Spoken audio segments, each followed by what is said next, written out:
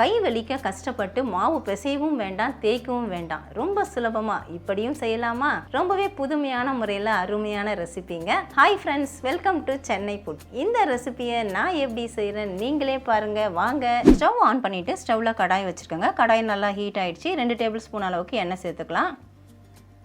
2 பெரிய வெங்காயத்தை பொடியாக சாப் பண்ணி வச்சுருக்கேன், அதில் சேர்த்துக்கிறேன். ரொம்ப வதங்கணும்னு அவசியம் கிடையாது, லேசாக வதங்கினாலே போதும். வெங்காயம் இப்போ நல்லா லேசாக தான் வதங்கியிருக்குது. இந்த பதத்தில் வதங்கினாலே போதும். 1 டீஸ்பூன் அளவுக்கு இஞ்சி பூண்டு விழுது சேர்க்குறேன். உங்களுக்கு இஞ்சி பூண்டு விழுது வேண்டாம் அப்படின்னு நினச்சிங்கன்னா இஞ்சி 1 இன்ச் அளவுக்கு தோல் நீக்கிட்டு துருவி சேர்த்துக்கோங்க. பூண்டு ஒரு 5-6 பல்ல துருவி சேர்த்துக்கோங்க. நான் இஞ்சி பூண்டு விழுது இருக்கனால அதையே சேர்த்துறேன். இஞ்சி பூண்டு பச்சை வாசனை போகிற அளவுக்கு வதக்கிட்டு இப்போ நம்ம காய்கறி எல்லாமே சேர்த்துக்கலாம். உங்களுக்கு பிடிச்ச வெஜிடபிள்ஸை நீங்கள் சேர்த்துக்கலாம். நான் 200 கிராம் அளவுக்கு கேரட்டை சாப் பண்ணியிருக்கேன், நீங்கள் துருவி கூட சேர்த்துக்கலாம். 300 கிராம் அளவுக்கு கோஸ், அதையும் நான் சாப் பண்ணி தான் சேர்த்துருக்கேன். 250 கிராம் அளவுக்கு பீன்ஸ், அதையும் நான் சாப் பண்ணியிருக்கேன். இது எல்லாத்தையும் சேர்த்துட்டு ஹையில் வச்சுட்டு நல்லா வதக்கணும். ரொம்ப வதங்கக்கூடாது. இது நம்ம ஈரப்பதம்லாம் வத்துறதுக்காக தான் நம்ம வதக்குறோம். அதனால் அந்த ஈரப்பதம் வற்றி வர அளவுக்கு வதக்கினாலே நமக்கு போதும். காய் ஓரளவுக்கு வதங்கினதும் 1 டீஸ்பூன் அளவுக்கு சில்லி ஃப்ளக்ஸ் சேர்த்துக்கிறேன். 1/2 டீஸ்பூன் அளவுக்கு மிளகுத்தூள், அதையும் சேர்த்துக்கலாம். உப்பு தேவையான அளவு சேர்த்துக்கோங்க. நான் 1 டீஸ்பூன் அளவுக்கு சால்ட்டு சேர்க்குறேன். சேர்த்துட்டு கூடவே 1 டீஸ்பூன் எலுமிச்சம்பழ சாறு, அதையும் சேர்த்து விட்டுறலாம். இப்போ நல்லா கலந்து விட்டுக்கலாம். சில்லி ஃப்ளக்ஸ், மிளகு பொடி, சால்ட்டு போட்டுட்டு நல்லா கலந்தாச்சுங்க. இதில் இருக்கக்கூடிய ஈரப்பதம் எல்லாமே நல்லா வற்றி வந்திருக்கு பாருங்கள். இந்த மாதிரி தான் வரணும். இப்போ கடைசியாக கொத்தமல்லி தழை கொஞ்சமாக தூவிட்டு ஸ்டவ் ஆஃப் பண்ணிக்கலாம். நல்லா கலந்ததுக்கப்புறமா சூடு நல்லா ஆறணும், ஆற விட்டுடுங்க. நாம் ரெடி பண்ண வெஜிடபிள்ஸ்லாம் சூடு ஆறுறதுக்குள்ளே இதுக்கு ஒரு சைட் டிஷ் ரெடி பண்ணிடலாம். நான் 4 பெரிய தக்காளியும் 2 மீடியம் சைஸ் தக்காளியும் நல்லா ப்ளஸ் போட்டு வச்சுருக்கேன். சுத்தமாக கழுவிட்டு அதே மாதிரி போட்டு எடுத்துக்கோங்க. ஒரு 20லேருந்து 25 பூண்டு பற்கள், சின்னதாக இருக்கிறதுனால நான் அத்தனை சேர்த்துருக்கேன். பெருசாக இருந்தால் ஒரு 10 பூண்டு பற்களே போகிறோம். தோல் நீக்கிட்டு சேர்த்துக்கோங்க. கூடவே 6-7 வரமிளகாய், அதையும் நான் சேர்த்துறேன். இப்போ தேவையான அளவு தண்ணி சேர்த்துக்கலாம். ஒரு 200 ml வரைக்கும் நீங்கள் தண்ணி சேர்த்துக்கலாம். 200லேருந்து 250 ml வரைக்கும் நீங்கள் சேர்த்துக்கலாம். இதை நம்ம மூடி போட்டுட்டு ஒரு 10லேருந்து 15 நிமிஷம் வரைக்கும் நம்ம வேக விடணும். ஸ்டவ் ஆன் பண்ணிவிட்டு ஸ்டவ்வில் அந்த பாத்திரத்தை வச்சுட்டேன். நான் மூடி போட்டு விட்டுறேன். வேக விட்டு 10 நிமிஷம் ஆகிடுச்சு. நான் மூடியை திறந்துடுறேன். பாருங்கள், தக்காளிலாம் நல்லா வெடித்து வெந்து வந்திருக்குது. இது நல்லா சூடு ஆற விட்டுடலாம். வதக்கி வச்ச வெஜிடபிள்ஸ் எல்லாமே நல்லா சூடு ஆறிடுச்சுங்க. இந்த மாதிரி நல்லா சூடு ஆறுனதுக்கு அப்புறமா நம்ம துருவி வச்ச பன்னீரை சேர்க்க போகிறோம். 200 கிராம் அளவுக்கு பன்னீரை நான் துருவி வச்சுருக்கிறேன். அதை இதில் அப்படியே சேர்த்துடலாம். பன்னீர் சேர்த்துட்டு நல்லா இந்த மாதிரி கலந்து விட்டுடுங்க. இப்போ கைகளை வச்சு அப்படியே கொஞ்சமாக எடுத்துட்டு இதை ஒரு உருண்டையாக உருட்டணும். நல்லா அப்படியே அழுத்தம் கொடுத்து உருட்டணும். இதே மாதிரி நல்லா அழுத்தி உருண்டைகளை நம்ம பிடிச்சிட்டு இது ஃப்ரீசரில் தான் நம்ம வைக்க போகிறோம். வேக வச்ச தக்காளி எல்லாத்தையும் தோலை உரிச்சிட்டு நான் மிக்ஸி ஜாருக்கு மாற்றிட்டேங்க. அதே மாதிரி வரமிளகாயில் இருக்கக்கூடிய காம்பையும் நீக்கிட்டு வேக வச்ச பூண்டு எல்லாத்தையும் நான் சேர்த்து விட்டுட்டேன். இல்லை நம்ம தண்ணி சேர்க்கணும்னு அவசியம் கிடையாது. தேவையான அளவு உப்பு மட்டும் சேர்த்துக்கலாம். 1/2 டீஸ்பூன் அளவுக்கு சால்ட்டு சேர்க்குறேன். இப்போ இதை அரைச்சி எடுத்துகிட்டு வந்துடலாம். நல்லா இந்த அளவுக்கு நைஸாக அரைச்சிக்கோங்க. திக்னஸ் வந்து உங்கள் விருப்பம் தான். தண்ணியாக வேணும்னா கொஞ்சம் தண்ணி சேர்த்துக்கலாம். நான் எதுவுமே சேர்க்கல. இப்போ பவுலுக்கு மாற்றிக்கிறேன். அவ்வளோதான், சூப்பரான சைட் டிஷ் ரெடி ஆகிடுச்சு. ஒரு மிக்சிங் பவுல் எடுத்துக்கோங்க. நான் 250 கிராம் அளவுள்ள மெஷரிங் கப்பில் 1 கப்பு மைதா எடுத்திருக்கேன். இந்த ரெசிபிக்கு பார்த்தீங்கன்னா மைதாவில் தான் செய்யணும். உங்களுக்கு மைதா வேண்டாம்னு நினச்சிங்கன்னா நீங்கள் பாதி மைதா பாதி கோதுமை மாவு சேர்த்துக்கலாம். அதே மாதிரி மாவோட அளவு இவ்வளோதான் சொல்ல முடியாது. எவ்வளவு தேவையோ அவ்வளோ சேர்த்துக்கணும். நான் இப்போ இந்த அளவுக்கு சேர்த்துருக்கேன். இது அப்படியே இருக்கட்டும். இன்னொரு பவுல் எடுத்துக்கோங்க. அதில் வந்து தேவையான அளவு தண்ணி சேர்த்துக்கணும். நான் இந்த பவுலுக்கு தகுந்த மாதிரி ஒரு 250 ml அளவுக்கு தண்ணி சேர்க்குறேன். இந்த தண்ணியில் நம்ம ஐஸ் க்யூப்பை சேர்த்து விட்டுக்கலாம். ஐஸ் க்யூப் போட்ட தண்ணியில் இந்த மாதிரி ஒரு வலைக்கரண்டியை வச்சுக்கோங்க.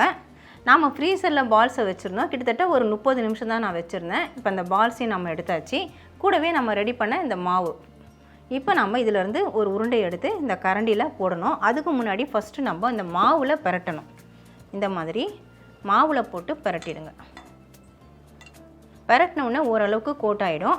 இப்போ இந்த கரண்டியில் வச்சுட்டு இந்த கரண்டியில் அப்படியே நம்ம சுழட்டி விட்டாலே அது வந்து தண்ணியில் நனையும். இந்த மாதிரி நனைஞ்சிரும்.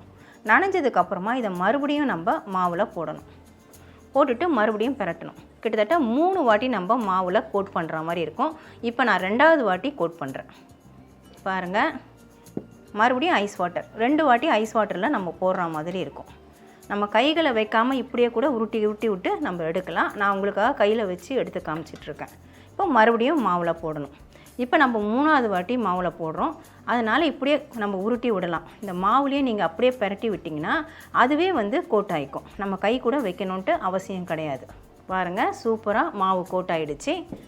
இதே மாதிரி ரெடி பண்ணிவிட்டு நம்ம ஆவியில் வேக வைக்க போகிறோம். நாம் ரெடி பண்ண மோமோஸ் எல்லாத்தையுமே நான் பிளேட்டில் வச்சுட்டேங்க. நம்ம மாவில் வந்து முதல்ல பிரட்டிட்டோம். அதுக்கப்புறம் ஐஸ் வாட்டரில் 2 வாட்டி போட்டு 2 வாட்டி மறுபடியும் மாவில் போட்டோம். மொத்தம் 3 வாட்டி நம்ம மாவில் போட்டு பிரட்டியிருக்கோம்.